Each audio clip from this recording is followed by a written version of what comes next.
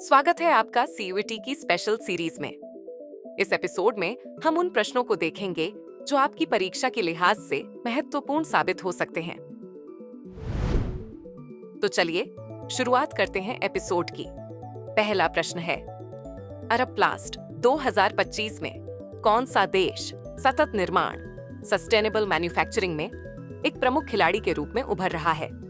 विकल्प ए चीन, विकल्प बी भारत, विकल्प सी यूएई, विकल्प डी जर्मनी। इस प्रश्न का सही उत्तर है विकल्प बी। चलिए देखते हैं इसके विश्लेषण को। भारत को टिकाऊ विनिर्माण में एक प्रमुख देश के रूप में रेखांकित किया गया है, जो बायोडिग्रेडेबल प्लास्टिक और पुनर्चक्रण प्रौद्योगिकियों में नवाचारों पर ध्यान केंद्रित कर रहा है। दूसरा प्रश्न है, विश्व में तीसरी सबसे अधिक बोली जाने वाली भाषा कौन सी है?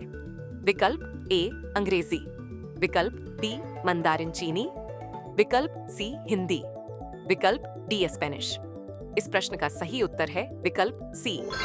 चलिए देखते हैं इसके विश्लेषण को। हिंदी विश्व में तीसरी सबसे अधिक बोली जाने वाली भाषा है, जिसे विश्व भर में लगभग 600 मिलियन लोग बोलते हैं, जो मंदारिन चीनी और अंग्रेजी के बाद दूसरे स्थान पर है।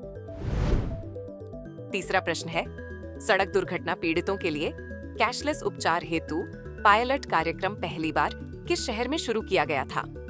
विकल्प ए दिल्ली, विकल्प बी मुंबई, विकल्प सी चंडीगढ़, विकल्प डी बेंगलुरु। इस प्रश्न का सही उत्तर है विकल्प सी। चलिए देखते हैं इसके विश्लेषण को।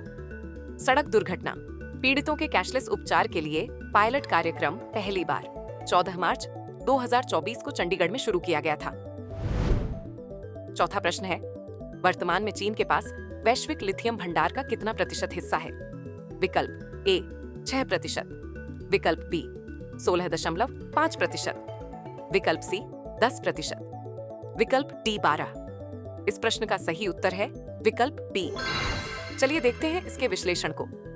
चीन का लिथियम भंडार वैश्विक कुल का 16.5% हो गया है, जिससे वह दुनिया का दूसरा सबसे बड़ा लिथियम भंडार धारक बन गया है। 5वें 38वें राष्ट्रीय खेलों में कितने खेल शामिल होंगे? विकल्प ए 38, विकल्प बी 30, विकल्प सी 40, विकल्प डी 32। इस प्रश्न का सही उत्तर है विकल्प ए। चलिए देखते हैं इसके विश्लेषण को। 38वें राष्ट्रीय खेलों में 38 खेल विधाओं के साथ साथ 4 प्रदर्शन कार्यक्रम भी शामिल होंगे। छठवां प्रश्न है, शाही जामा मस्जिद उत्तर प्रदेश के निम्नलिखित में से किस जिले में स्थित है? विकल्प ए चित्रकूट, विकल्प बी गौतम बुद्ध नगर, विकल्प सी संभल, विकल्प डी उन्नाव। इस प्रश्न का सही उत्तर है विकल्प सी। शाही जामा मस्जिद उत्तर प्रदेश के संभल जिले में स्थित है। ये बाबर के शासनकाल 1526-1530 के दौरान निर्मित 3 मस्जिदों में से एक है। मेट्रो कोचों के निर्माण से कौन सी सरकारी पहल जुड़ी हुई है? विकल्प ए डिजिटल इंडिया, विकल्प बी मेक इन इंडिया, विकल्प सी स्वच्छ भारत अभियान, विकल्प डी आत्मनिर्भर भारत। इस प्रश्न का सही उत्तर है विकल्प बी। चलिए देखते हैं इसके विश्लेषण को। मेट्रो कोचों का निर्माण मेक इन इंडिया पहल के तहत किया जाता है, जिससे स्वदेशी विनिर्माण को बढ़ावा मिलता है। 8वां प्रश्न है, कौन सी पीढ़ी जनरेशन बीटा से पहले आती है? विकल्प ए जनरेशन एक्स, विकल्प बी जनरेशन अल्फा, विकल्प सी जनरेशन जेड, विकल्प डी मिलेनियल्स। इस प्रश्न का सही उत्तर है विकल्प बी। चलिए देखते हैं इसके विश्लेषण को। जनरेशन बीटा जनरेशन अल्फा 2011 और 2024 के बीच पैदा हुए बच्चे के बाद आती है। 9वां प्रश्न है, प्रवासी भारतीय दिवस मंच की शुरुआत कब हुई? विकल्प ए 1995, विकल्प बी 2000, विकल्प सी 2003, विकल्प डी 2005। इस प्रश्न का सही उत्तर है विकल्प सी।